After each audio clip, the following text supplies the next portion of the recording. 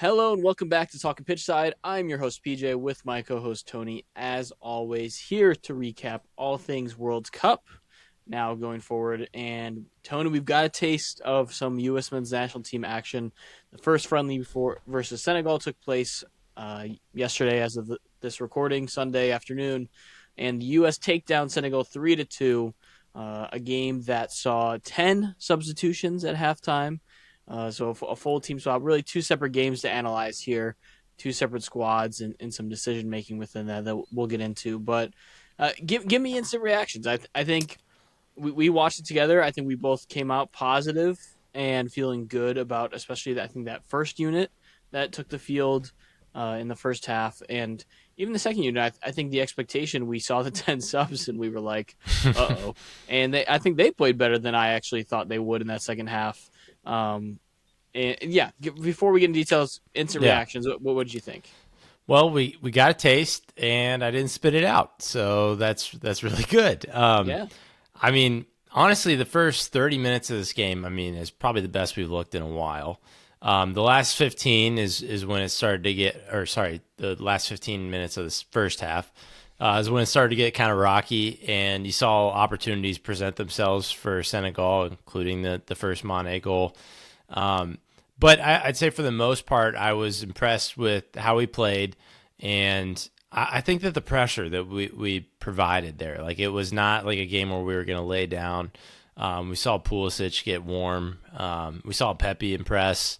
I think there's a lot of these names here that we're saying that like this is as close to the preferred unit as we're going to probably get before we actually see that starting lineup in the World Cup. But for the most part, I liked it. I thought that it looked good. I thought the shape turned out well. I think obviously, like any friendly, there's going to be stuff to work on. And the last 15 minutes of the first half felt very reminiscent of like, okay, here we go again. That seems to be kind of a lull spot. And then the first 15 minutes of the second half too. But I chalk that kind of up to like when you're subbing 10 guys, that's going to be kind of rocky at first. And that's going to swap around a lot of things. And, you know, none of those guys had any idea of the pace of play. And so, you know, you get yeah, that. yeah. Because it was we did 10 straight out of half. I did see it was discussed before the Senegal and US agreed before the game that both teams were going to rotate in the second half, Yeah. and so that was like a pre-designated time.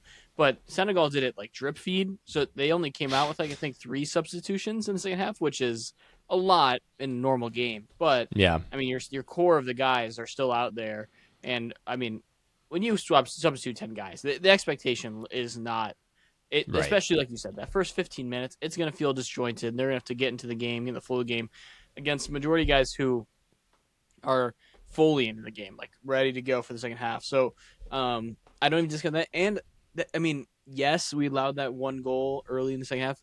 That also came following like a disallowed goal where Balogun had a great finish off of Malik Tillman press. So Yeah. this was a game, I think, in a broader sense. I came in concerned about the defense more than anything. Sorry. Let me rephrase that. I came in concerned about, I think, our attacking midfielders and our defense. We talked about in the pod that strikers were our most informed position group, and I think that was more on display than anything else in this game. Was the attacking players in this game? Pulisic, we'll get into that. That's I think a great talking point because I do want to talk about him specifically and what he Yeah. displayed. But Pepe, the way that he started that game and his hold up play, his distribution, his running through the channels, like everything was a guy. It felt like a guy who had the weight lifted off his shoulders, that he made the team. He was there representing, and he didn't have the like. He wanted to showcase what he could do so he could play in the World Cup. And I, I mean, Balogun came second half. I think Balogun had a good second half. He could have had 3 to 4 Yeah. I was goals going to say, should have been if better. his finish a little better, or if he's not offside by a foot or two in some of these scenarios. He also had like the pretty soft foul in the box that they called off that would have led to one of our goals as well. So I don't think he played himself out of the starting role, in our opinion, but Pepe played himself into a conversation, and I think that's what was impressive. And I haven't seen Balogun and Pulisic play that well together in a game as I saw Pepe and Pulisic played that well together in a game before, and it was impressive. It felt like, I mean, Balogun and Pepe are two very different players, but I mean, Balogun is, I'm running through the channels. I need balls through the channels for me to get running. He's faster than Pepe. Like that's his style of play. Pepe is a hold up guy that will occupy defenders and allow more space for guys like Pulisic and Reyna to really fill those channels and do what they do best, which is create for those around them. And I think that's what was at display in the first half, and it was I was not expecting an offensive like Yeah. display like we saw. That's the reality. That was not my expectation coming into it, but it was super impressive to see how the attacking players, when they got their chance, we didn't pass it around and kick around opportunities. It got to attacking players and they drove into the box and tried to create an opportunity. And I think it was impressive. I mean, Senegal is a very good team. Like Yeah. they are a higher rated team than the U.S. men's national team. They were playing a majority of their starting 11. And some guys, I mean, similar to the U.S., like 3-4 guys that you would expect to start may have not been in there. But let's get into the lineup here, Tony, because I think Yeah. we can go through the first starting lineup, talk about that, how it looked for these guys, and then we'll talk about that second 11 as well. So up top, you had Pulisic, Pepe, and Reyna start. I think seeing Pepe and Reyna start, we saw the team sheet. We were like, oh, okay, that's interesting. Then you have a midfield of Robinson, Adams, Berhalter, Dest. Berhalter, of course, being the one guy you're like, oh, that's interesting that Weston's not playing, which we'll get into because I think that is a conversation point. Some of the quotes that have come out afterwards. Hmm. And then that back line of Ream, McKenzie, and Freeman is pretty standard with Chris Richards being out. Like that is exactly what I expected the back line to look like. And that's what we got there with Matt Turner starting, and Chris Brady ended up featuring. So we'll get into that as well. But we talked about attacking group. It looked good. I think Pulisic, that's the best game we've seen from him in a U.S. men's national team kit. I I know it was brief. It was 45 minutes. That might have been the best 45 minutes I've seen him play since the last World Cup. Like that, it was. He was a man on the mission. You saw the goal. You saw the assist. The emotion he had after. I mean, this is a guy who has not scored from Milan in the 2026, and it felt like that was a weight lifted off his shoulders. The way that he Yeah. It was showed. playing and determined, and the attack group looked like they wanted to win this game. It felt like the team had more of a pride of like wanting to win this game, wanting to take the next step. And I think the attacking group was about as good as you could ask for. Yeah, I think so. I mean, I would push back on that statement a little bit just with Gio Reyna, I think. I don't think that he had a bad game necessarily, but definitely was a bit invisible and, like wasn't necessarily leaned on, which is fine. Like we got our goals and, like that worked out. I do just kind of wonder with it if like maybe starting is not where we can benefit from Gio Reyna the most. I think that if maybe he can find the game a little bit better if he kind of comes on as the playmaker, just that spark in the last 20 minutes of a game when you need a goal. That's a position I feel like we could see Gio in more because I felt like the difference between Gio and Malik Tillman in the second half was Malik felt more involved. Didn't feel invisible to the game. Didn't necessarily pop off and make that crazy play, but felt like he was able to facilitate more versus, like the game kind of happened around Gio versus Malik being part of the game. Yeah, Um, yeah, I think the key thing for him though is I think we've seen at times when Gio's not the guy in a game, he is the complete opposite. Like he is the guy that you look at the screen, you're like, this guy is hurting us every single possession right now.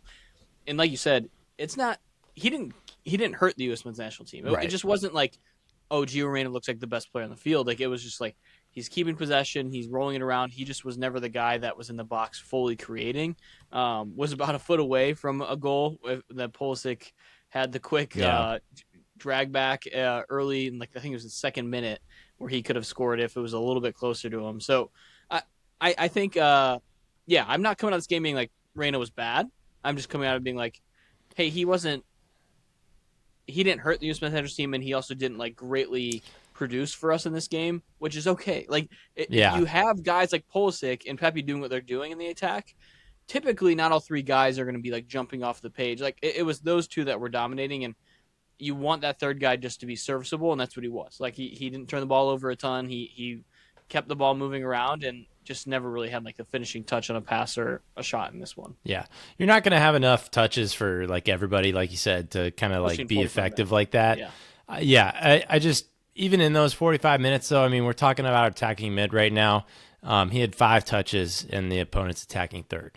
So I just, like, I think there's a balance, and I just think that it wasn't quite there with Gio. Like, I yeah, still think I wanted more. And, like, yeah, he wasn't making the big play, and I get the whole, like, oh, yeah, like, he's either amazing or whatever. Like, and like he did fine, but like he completed 22 passes off of 27. Like, uh, created one chance. I don't know. I think that for his position, we need to see a little bit more, even in a half. Like that's just what it is. So I was slightly underwhelmed with him. Like, not trying to throw it under the bus, but that's where it's at. yeah. But the wingers with Destin Robinson, I think that's going to work out for us really well. And what we saw, like, is that they had very, like, a ton of license to go up and attack. Like, honestly, like, did not need to care about defending De- much. Like, they were Dest not called much. on for that. Yeah, I think tactically Dest much more than Robinson. Robinson got Yeah. up when he had the chance. You can really tell this. I mean, this is a five back, if that's what you want to call it.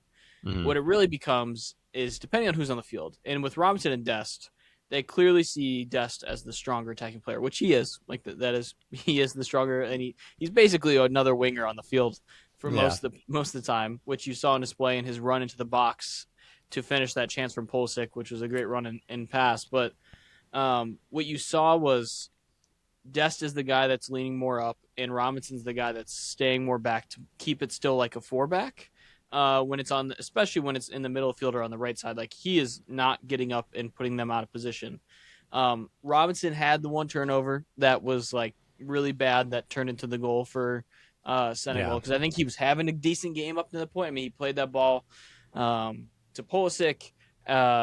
That almost led to that first goal early on. So like he had some moments. He played well defensively. It was just it seemed like him and Ream were not on the same page. Ream played a ball he wasn't expecting, and then return he tried to quickly play a ball Yeah. that led to that break, which we'll get into in a little bit defensively. But it, that's about a pretty good effort you can see from those two guys in the first half. Like and you can tell tactically that's how this is going to be ran. It's Dest is going to be the guy. Like he's going to Yeah. be the guy that's going to really go up the field, and I think that's for purpose, Tony, because you don't want Ream on the island, which we saw. Like you don't Yeah. want him being put on the island against the pacier guys on the field, and Alex Freeman, who's That's where I plays was going to right go with back, this. Yeah. is playing right center back for a reason, and this is why I'll get into like who I think is going to be starting. I think Alex Freeman's starting every game right now Very real because possibility. I think for that reason. I think they want someone athletic enough to fill that half of the field basically if Dest is caught out because Dest is going to try shit and he's going to fail like we've seen Hmm. like skill wise and he's going to be out of position and we need someone athletic enough to like cover that space and I think that's the purpose like you're confident with Alex Freeman playing like against the sideline on the right side as a right back because that's what he is versus maybe a Mark McKenzie who's not as athletic and not as pacey to make up for some of these turnovers that are going to inevitably occur. So it is tactically you saw vision. By the way, we haven't even said it. We played a five back. That was Yeah. victory number one. We saw the Yeah. sheet. Right. Like it Right. was like, thank God we played a five back. This is exactly the type of formation and type of tug and pull play that we've seen the best display under Pochettino. And it's like they clearly learned from the last window. It's like, okay, we're not doing this. Like we have to learn from that. So that's what I saw tactically in the back line. Like I said, Ream had the moment. Robinson turned over, so he put Ream in a bad spot. Ream has to close out on that ball that's being driven at him at some point. He Hmm. just kept backpedaling. Then on top of that, Adams and McKenzie were not in great positioning on Mane's run behind them as well. They both got caught looking. So it was a combination of like a bad moment. It was turnovers that really killed this defense, and we'll get in the second half one. Besides that, I didn't feel like there were many chances where I'm like, I'm really scared with this defense right now. you could tell there were a couple shaky moments where like Mark McKenzie didn't clear the ball or try to force pass in, and you're like, oh god, and or Freeman did it at 1.2 where it's just like they're trying to be tiki taka out of the back, and sometimes I'm just like, guys, let's just accept who we are and just get this ball downfield and reset a little bit. Um, but I don't know. I felt good about the defense. It was solid. I think besides that one moment, I'm not panicking. I saw a lot of talk about Ream and why is he starting. I'm not going there. I think he had that bad moment where he didn't close down the ball and had some passes that Mm-hmm. weren't fantastic. I just want to newsflash everybody. The guy was named the captain of the men's national team. He's going to start every single game that he can. Uh, he is an extension of Poch on the field. That's what he sees him as, and he's going to play. So just and he's our best left-footed passer. So like he's going to be on the field. So just accept that for what it is. But I think if he's going to be, Robinson has to avoid errors like that. Yeah. He has to know it better. And Robinson and Reed played right next to each other for a handful of years at Fulham. Yeah. Like they should know each other. And I think that's on them for a communication breakdown. And you can tell they've had a little time away from each other at this point. Yeah.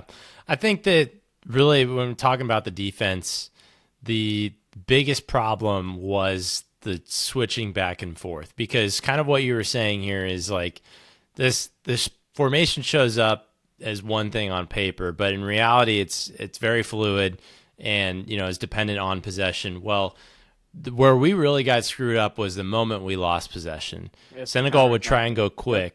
Yeah, and it worked a lot of times, and it created, like you said, maybe not a ton of moments where it was like, oh snap, we're really in trouble here, but it's certainly where the Mane goal came from. It's also another moment, I forget who it was, but someone squared it to Nicholas Jackson, and he shot a shot that was way off frame. Exactly. That Good. Yeah. yeah, Yep. so like there's moments like that, and that all kind of came from these turnovers in the midfield, which like is going to happen. That's just what it is.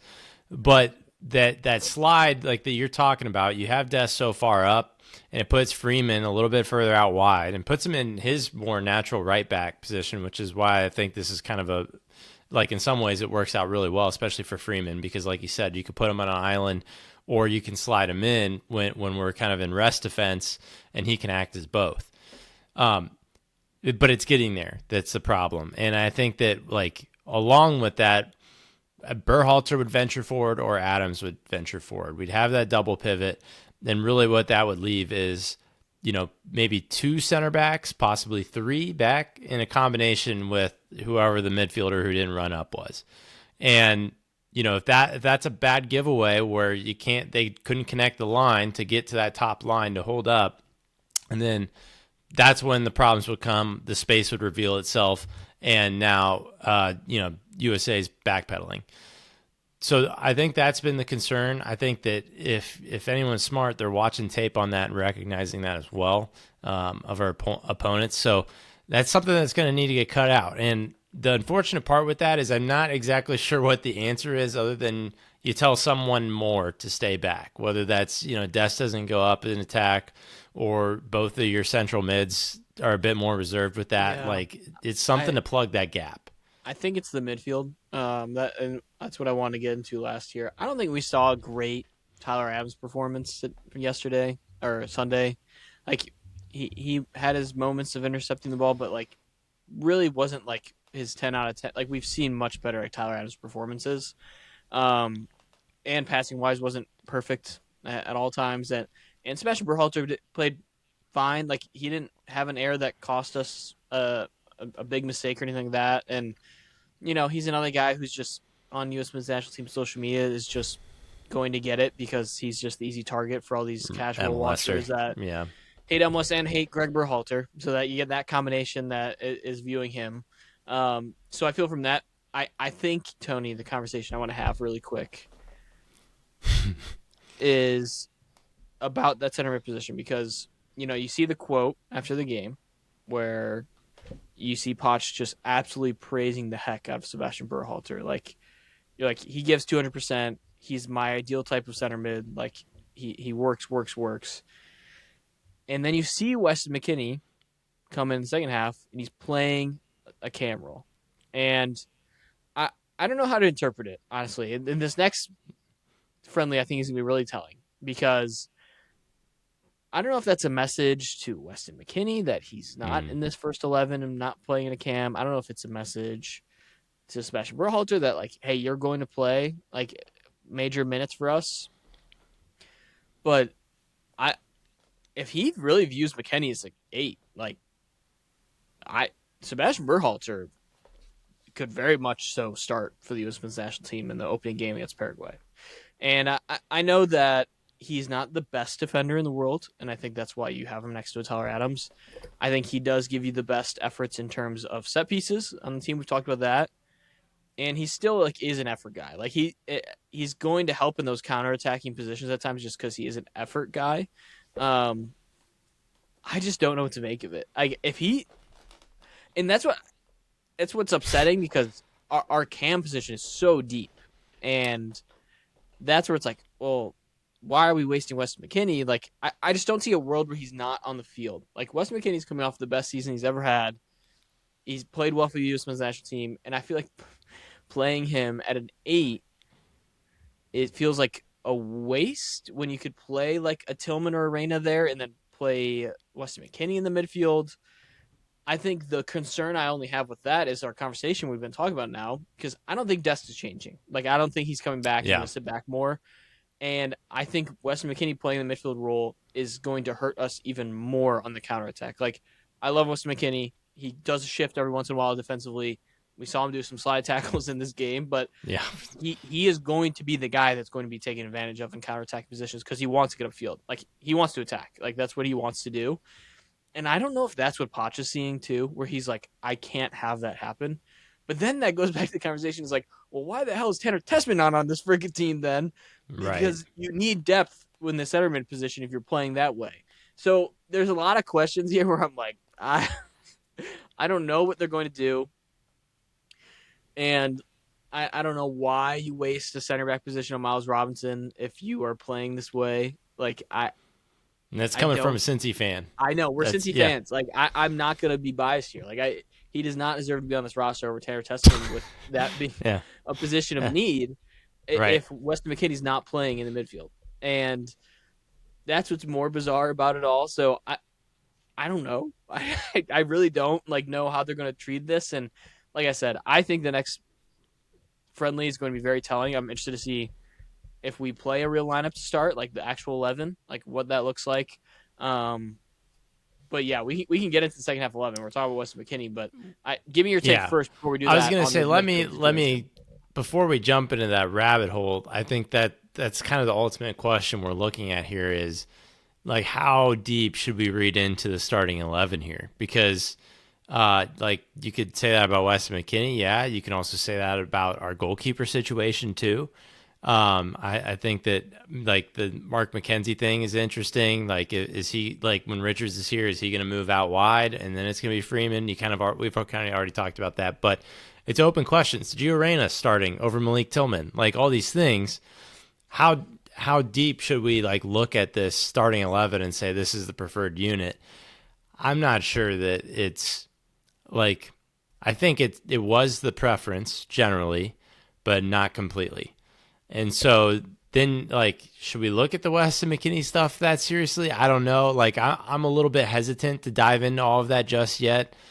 But I can say, well, first of all, I think it was Pulisic. Do you see on, or maybe it was Tyler Adams, made a TikTok and it was like Weston sneaking around the locker room and he had one of those like lunch boxes and he opened it up and had cookies in it.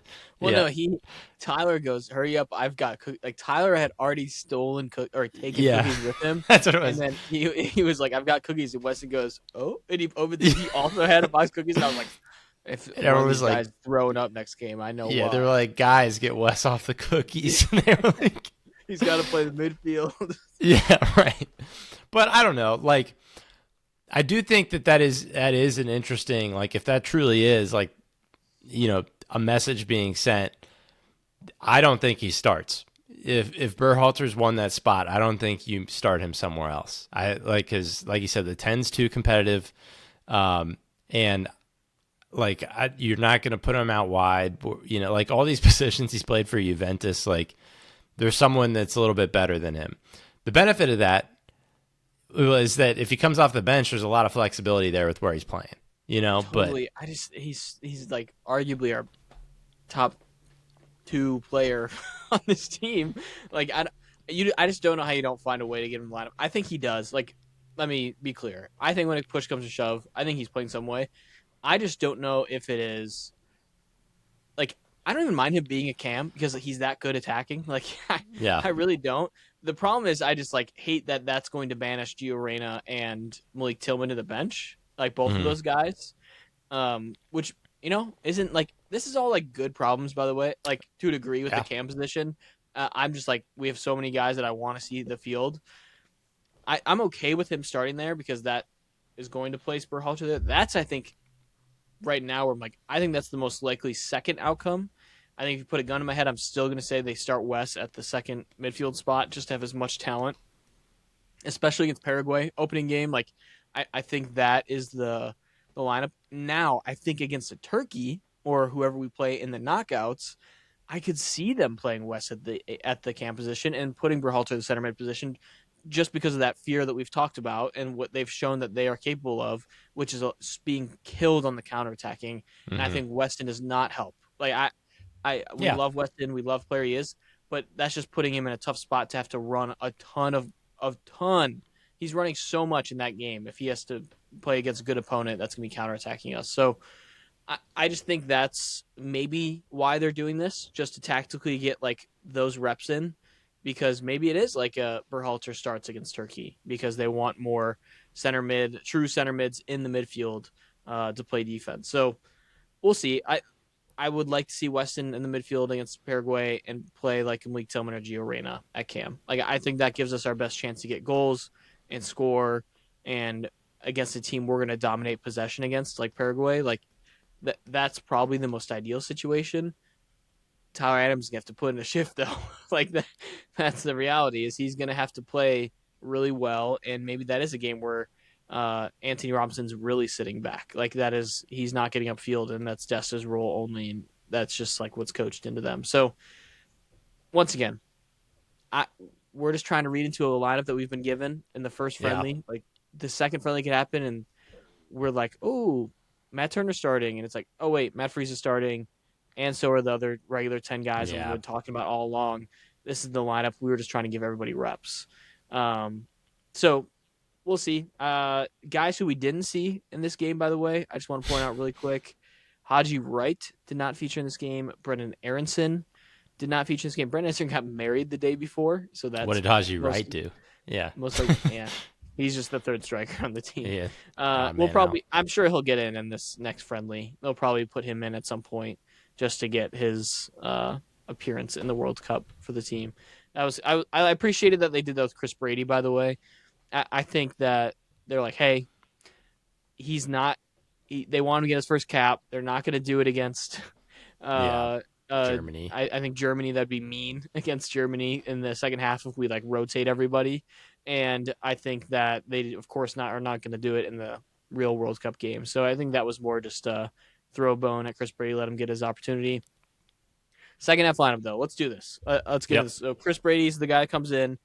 The back line was Austin Trusty, Miles Robinson, and Joe Scally. We have opinions on that, so we'll get into that when we get into it. Sebastian Berhalter was the one guy that stayed on with Christian Roldan coming in the midfield. Um, in the attack, it was Malik Tillman and Weston McKinney at those cam positions. Balogun came at the striker position, and then the right wingback was Timothy Weah. Left wingback was Max Arfston, and Zendejas eventually subbed in for Sebastian Berhalter. And that's West did drop back to the midfield position at that point Yeah. in the game. So you did see him feature in that way. Second half, like we said, first 15 minutes, weird 15 minutes. We scored a goal, it gets called back. They score, you're like, oh God. And then it felt like everyone calmed down. Like it really did feel like they calmed down. They were creating a ton of opportunities. They could have scored 3 goals in the second half. I mean, Balogun had his chances over and over and over that we were a little bit critical of at times. Hmm. He does finish the one, which was great to see. Malik Tillman's coming out of this game almost as the highest rated player out of this game in his a half he did not get a goal or assist and got a yellow card. So I think that just talks to how effective he was pressing and feeding it into the channels for some of these guys for their chances. I mean, he's a guy who probably should have had 2 assists if some of these chances do go in. All right. Timothy Weah, I thought, put in a good shift at Agreed. right wing back. I think that is the role. Like I think subbing in Timothy Weah at right wing back is such a just like imagine we said that to ourselves like 6 years ago. Like a guy of Timothy Weah is like how we view him on the national team level is a substitute for us at a right wing back position, and that's just like Yeah. you got to sit back and be like, okay, we actually have some depth versus last World Cup. I think that's the biggest difference I saw in this first friendly is you do see guys like Malik Tillman, Balogun, Timothy Weah, some of these guys, especially in the attacking, they're just like, okay, I was gonna say. we have more Yeah. things to throw. Now let's get into maybe some of the things we didn't like, Tony, which was Christian Defense. Roldan Yeah. at times looked out of zone, which we have predicted all along, which I feel bad for him. But like, this is why we asked for Tanner Tessman. And then the real bad was the back line. And I don't think any of them like had a moment where I was like, you looked really good today. Miles Robinson, of course, has the horrible error, and I'll let you get your opinion on that. I mean, he passes back without really like just knowing who's back there, what he's passing to. He's just like he felt a little bit of pressure and panicked, and like Hmm. I hate to like dog on him, but like this is the version of Miles Robinson we've seen all year at FC Cincinnati, and Yeah. the version we're concerned about, and why we thought he maybe won't make the team because of how he's been playing, and if he even has been because he's been injured as well. Like this was his first like major minutes in a long time, and I don't know. I said it earlier. I don't know how Tanner Tessman's on this roster over him with what the need that we have. And watching Roldan play, watching Robinson play, it's like, do we really need this fifth center back? And we have 2 guys who can also play center back in Joe Scally and Alex Freeman. Like, Right. I don't know. It begs the question. There were some people being like, just call Testament up and just replace him before June 1st. That would have been the meanest thing that's ever occurred in the history of Yes. That'd mankind. be just Like so people told me that, cutthroat. I was like, guys, like, he's not going to do that. Like, let's take it Yeah. easy. But I don't know. It's concerning. It's concerning not because of Miles Robinson. Like I'm like Miles Robinson's not going to feature a single minute in the actual World Cup, so I don't know if I'm really concerned about that. I'm just more concerned that he's taking the spot of another position group that we may need some of that depth. And maybe it's not a story. Maybe it doesn't end up mattering at all in the grand scheme of things. But in this first friendly, you saw why people had these concerns. Right. Honestly, pivot real quick back to the first half. Shout out Berhalter for being the only MLSer that didn't like get embarrassed. Like in this game, like everybody else, and like I know a lot of fingers also in that goal that you're talking about with Miles Robinson error. A lot of fingers were also pointing at Chris Brady on that as well, which I mean, like he kind of messes up his take too, but. I don't know. I think that was way worse on Robinson, and he knows that. Like, I'm not sure he's gonna get a chance to correct that. And kind of like you said, after the game kind of found its legs and settled in, like it wasn't like there was a crazy egregious error again like that. Mm-hmm. No. So it's just tough because that's the moment that everybody's gonna talk about with Miles Robinson, and like I think that when we're talking about the depth chart and all of that, nobody's incorrect with it. And at the same time, like Miles is not as bad, and all of that is what that one moment makes him look like. Obviously, we've been Yeah. very familiar with the scramble, but It's also you feel bad because the guy was like in his prime last World Cup. yes, and then Like this, tore his that was his ACL. moment. Like he Yep, was actually potentially going to play like a he starting was going to position, start. real Yeah, minutes. for It sure, he's was going to remember start. because Richards was hurt. Like we had these guys missing. It was like Miles Robinson's going to be a starter for the U.S. national team, and then he gets hurt. And then Yeah, for his like first moment after making the World Cup, coming all the way back for that to be that was right. it Just was brutal. sucks. Yeah. Yeah, and you got to remember too, like in that time, like there was legitimate talks about Miles Robinson to Europe too. Like when he Yeah. was at his peak, like it was good. Like he was very good. and obviously like the injuries change things and the trajectory and all that. But Hmm. um, yeah, I think that the defense struggled, and we're going to talk about that first 15 minutes when everybody came on. I want to chalk more of that up to like what I mentioned, like just the scramble of a 10-man substitution. I mean, like a full line swap. Like I think that's a little bit tough to jump into, so I'm not going to totally fault them for that, especially at the same time when Senegal only sub three. So like a lot of that squad there was still kind of used to it. You still had Sane and Nicholas Jackson breathing down your neck, and they'd already played 45 together, and all that, right? So um, I want to be critical of them, and also like at the same time say like that was a tough scenario to jump into. Hmm. Um, I don't see that we'll be starting any of those guys, right? And so that's the part where it's like I'm not overly concerned with that. The rest of it, like I mean, like you're talking about like being excited about our depth. Well, that just displayed our defensive depth, and that was not good. Midfield, Yeah, I mean, you obviously, got to like remember Chris yeah, Richards not playing right. like that. He did not feature, so that's another center that gets up at the top of the chart. I Yeah. really do think it's like the fourth guy that we're gonna see feature a lot is it's gonna be either Mark McKenzie or Alex Freeman that are gonna be that Mm, fourth guy. That's gonna be the first off the bench in the center back role. From there, it's probably Trusty. Like it, right. he's left footed. Like he's the natural substitute for Tim Ream. So I think that's a substitute you could see if Ream needs to come off. Um, but like I said, I like depth wise, I at least want one guy that I'm like feel okay with off the bench, and I think that's either Freeman or McKenzie, and I'm okay with that. I hope that we don't get accumulation of yellows where it has to Yeah, be that could tested be more than that. brutal. Yeah. Um, but continue on. I was just Yeah, that's yeah. So, but then, like, yeah, you get excited about the depth when it comes to the midfield and the attackers, right? Another person I didn't mention in our "Does it matter if you're starting?" was Balogun, right? Like, if he's in we all thought he was the ideal striker, number one. I think Pepe made a good run for it, but I don't think that that's gonna be like one 45-minute stint is gonna like change Potch's mind. That being said, and I said this while watching it, it just drives me nuts how Balogun has to take more than one touch. Like on so many of these things, could have had two more goals. And that's honestly what I'm most afraid of here with Balogun is like these World Cup games, especially when we get into the knockouts. It's gonna be like, well, coulda, woulda, shoulda, right? What if Balogun didn't take that extra touch? What if, Pulisic crossed that a little bit differently? What if, right? Like you start getting into those things because it's about the bigger moments. Like that's what all of the like the knockout tournament stuff like comes down to. And that's where I'm a little bit scared with Balogun. I still think he's a striker. I'm picking him as a striker over Pepe right now. But where I'm just a little bit worried is like, where's that moment?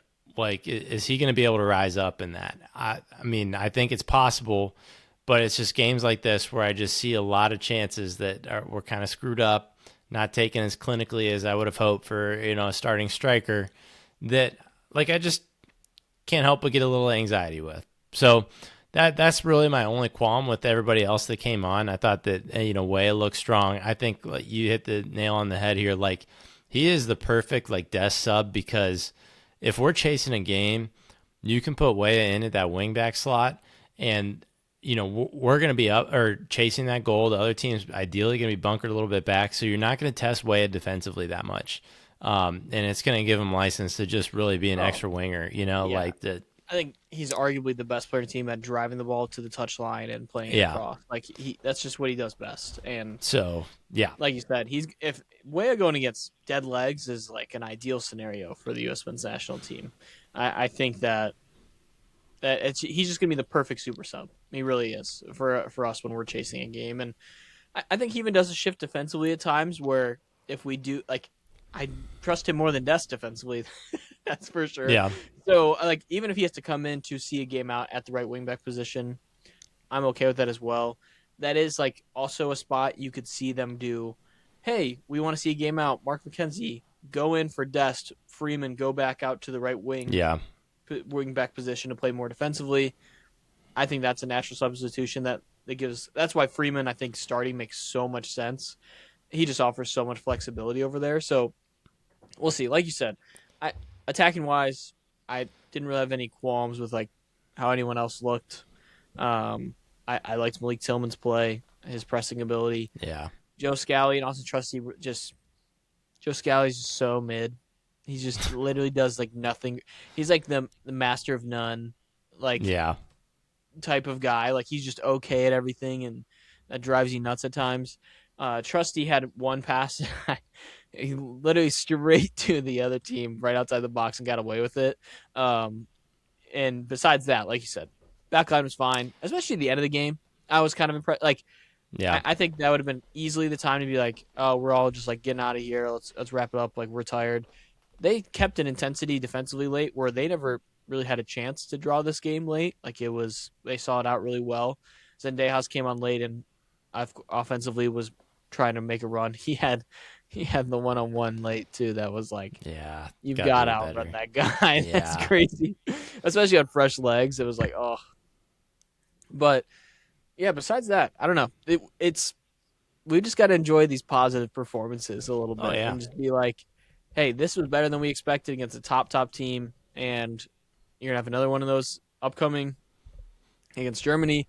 We'll see what it looks like. I don't even want to get in the prediction game, honestly, of like what the lineup's gonna be because I don't think anyone has a freaking clue. Like I could see this going so many. I could see a real 11. I could see first half being like backups, and then he's like real 11, get out there for the second half. Like I don't know how this is gonna go. So we'll see. I'm excited for it. We'll cover that more in the next episode. Just a quick preview, but before we do get out of here, Tony, I do want to talk about the World Cup groups. Also, we didn't talk about one thing that I would want to bring up. Matt Freese did not play in this game. Yeah. Matt Turner did get the start. Chris Brady came in. I'm not reading too much into it. Like I really think that is more Yeah. like Matt Turner was one of the guys that was going to get a go at it. Chris Brady was in there, like I said, for just getting a cap. Matt Freese will feature in this next game. Like I think he's going to start. Like that it just No will way he happen. doesn't. There's Yeah. no way. So we'll Unless he's see what not that the means. guy. That's the only thing that made me think it was like, okay, maybe the next group is just like the 11, like that we're just going to see against Germany for the first 45, and then that's what they do. They roll that out. So we'll see. But World Cup groups. Moving on. Sorry, just that was a quick side Yes. note. I forgot we never mentioned that. We're going to cover Group G and Group H today. So Group G, Belgium, Egypt, Iran, New Zealand. Interesting group here, honestly, because there's not like your prototypical powerhouse. Belgium is going to be the heavy favorite in this group. Belgium just like isn't a World Cup dominant team. Like they just aren't. Like they have Yeah. let down in many situations over the past World Cups. And I think that leads itself to the conversation of like, could there be a team that sneaks up on them in this group? Of course, you've got most solid Egypt, and you've got Iran and New Zealand are just like okay team. Like they're not like bottom feeders, but they're okay. They can be a pest at times. I still think it's just Belgium, Egypt, Iran, New Zealand. Like I think it's in that order, and I think it's going to end up playing out that way. I'm just really interested to watch this Belgium Egypt game because Egypt with Mo Salah, I'm just like Mo Salah's coming off the worst year that he's had at Liverpool like ever, and I could totally just see him like change focus to World Cup mode and just like turn it on for this World Cup. And Yeah. if he can just like in his like 2 to 3 moments in this game that he's going to have, he'll inevitably have 2 to 3 moments in this game. If he can finish 1 to 2 of those, he can make a game against Belgium interesting. Now, he's going to have to do that because Belgium's going to have 14 to 15 opportunities in that game to score against Egypt. We've seen Lukaku in the past not do very well with his chances and choke in a game. We've seen guys in Belgium not have their best games in these stressful games. So I would be interested to see how that plays out. I just really do think it's probably Belgium, Egypt, Iran, New Zealand. And I could even see an Iran like sneak up on Egypt and take one from them. And they're the second spot as well. But I'm going to go Belgium, Egypt, Iran, New Zealand. Yeah, I'm in that exact same order. I think that for Egypt, like they're the wild card of this group, right? We see a very wide range of ceiling and floor with them. The reason is like, I mean, Mo Salah is one thing. We can't forget Marmoush either. That's on this. Like this is a good Egypt attack, And like I think when you have a good attack, you don't really want to ride off a team like that because random breakaway. This is a past team that you need to know, like you scored 3 goals against to like win, like those kind of things like that. That can be a lot to ask of some of these teams. Maybe not necessarily Belgium, but it could be for New Zealand and Iran. So that's a part that like, okay, like probably Egypt moves through. But if those guys aren't clicking, like you said, if that attack for whatever reason just doesn't find its top gear, well, this could be an Egypt team that kind of plummets and maybe is struggling for a third place spot, or even beyond that, depending on how feisty New Zealand's feeling. So all that to say, like I do think it's pretty cut and dry there with that order, but don't be surprised come see Egypt maybe fall into that third or fourth slot. Totally. Yeah, it's going to be. I think some of these games could end up being a little bit closer, especially between the Egypt, Iran, New Zealand grouping there. Like if someone can sneak one of these wins like early on, like they can make things really stressful for some of these teams that have to end up facing Belgium in the last 2 games. So we'll see how that one plays out. Yeah. Group H, we've got Spain, Cape Verde, Saudi Arabia, Uruguay. I mean, it's Spain, Uruguay, and pick your poison, in my opinion. Yeah. Steven Moreira, we talked about in the pre-show. Yep. Yep. He's going to be starting. That's fun. That's a fun storyline. Yeah. MLS. A lot of MLS representation, by the way. Sneaky amount of MLS representation in this World Cup. Yes. I think you should, as a fan, if you're a listener, an MLS fan that listens to our podcast, go look up just the list of guys, just so you have like a second rooting interest. It is fun to root for some of those guys in these smaller countries. But I mean, it's Spain, and I think Spain is going to do everything they can to not put many miles on Lamine Yamal in this group stage. Especially if they can just take care of business against these other two before Uruguay. I I think they're just going to destroy all of these teams. Like Spain, in my mind, is the favorite going into this tournament. Like they are the best team in the world right now. It's them and France. It feels like, and then Argentina at this point feels like even a step below them. But Spain has just been so good and offensively so deep. This team can just throw so many bodies at you, and I think you could see some pretty ugly score lines in this group with Spain against Yeah. whoever they're playing. So I think that's what it ends up being. Uruguay, of course, coming off like haven't been like soaked in glory lately as a national team, and they've got the talent, they've got the guys to go out there and make a run. They've got the Bentancur, Valverde midfield that they feel great about. There's not a ton Yeah. of teams better than that in the world, so they're going to put those guys against anybody. I just think it comes down to attack for them and them finishing chances, and they will cruise to second place in this group. Like that is just going to happen, and from there, third and fourth, I don't know if it really matters. I think these teams might get beat so bad by Spain that they're not going to be the third place team that gets out of these groups. That could be. I didn't even think of it that way, but I'm going to be not harsh on Spain, but say that I think Uruguay's got a decent chance at winning this group. Be fun. It would be really fun. I mean, you just mentioned a lot of great players for this Uruguay team, but for me, I mean, Spain's kind of strange. Not strange. They're like kind of in that category that underperforms a little bit when it comes to the World Cup. They were in the final in 2010 and won, and since then, I think it's been pretty lackluster. And like you look at their most recent matches, just at the end of the last window on March 31st, they tied Egypt. They didn't even beat Egypt. And like there's other matches they tied Turkey, and then they're playing all these small guys like Georgia and Belgium that they're beating. But then like you look at some of these other like things, Nations League, they drew and lost to Portugal in penalties. Barely edged out France, that's a big one. But then drew Netherlands basically twice. So it's like Did win the Euros though. it was, and like I just kind of think some of that you would expect Spain to hit a little bit harder, for like the people they have on their roster, like talent unmatched. These guys are the best in their group, but it just seems to me that they are a little bit, I don't know. Their way is definitely very tiki taka, and sometimes it's not very direct. And sometimes maybe that leads to them playing with their food a little bit. Call it the San Diego FC effect. Because San It's the Diego first time and I've ever heard yeah, San Diego be compared to Spain, and and I think it might yes, be the last time I ever hear that. Spain has modeled their game after San Diego and Oh Mikey yeah, Veras. yeah. Yeah, but so that like I think of Spain and I definitely fear and respect Spain, and yet at the same time I feel that there's cracks there. I feel like they Mhm. are not like like Cape Verde, Saudi Arabia. Yeah, they probably don't stand a chance. But I just think for Uruguay, there's definitely ways in which I can see them kind of overcoming this and actually winning the group. I'm going to stick chalk on this one and just say Spain, Uruguay, and then probably Saudi Arabia and Cape Verde. But again, one of those, I'll put that asterisk next to it. Don't be surprised when, and then it's Uruguay winning the group.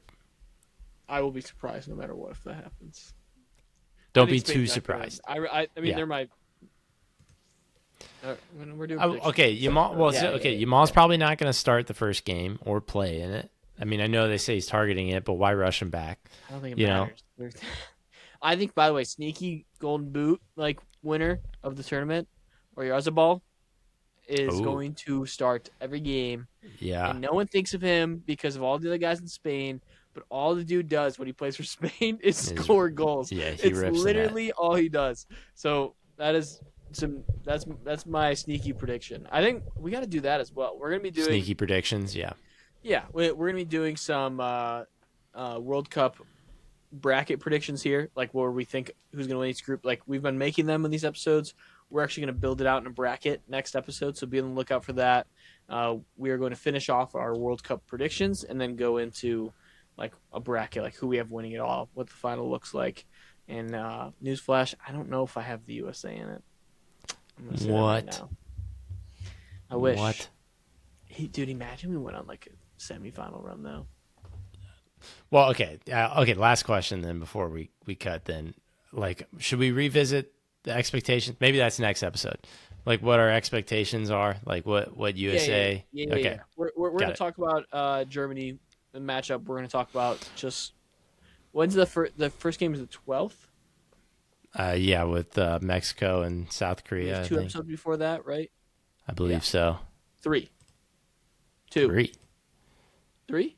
That's crazy how close it is if it's We only have 2. three because it's on Friday. Because we'll have this episode on Thursday, the following Thursday. Tuesday, and Thursday. Yeah. Yep. We're recording. Yes, yeah, yep. So Yep. we'll talk about it, but I think we'll get more into that when we get closer to the opening match. But okay, so yeah, be on the lookout next episode. We're gonna talk about the Germany game. We're gonna talk about our World Cup predictions and where we see everyone finishing, and maybe that Tuesday episode we'll do some Golden Boot predictions and some top scores that we can see coming out of it. So, with that being said, we appreciate you guys listening in. Go USA! Hopefully we beat Germany 5-1. See ya.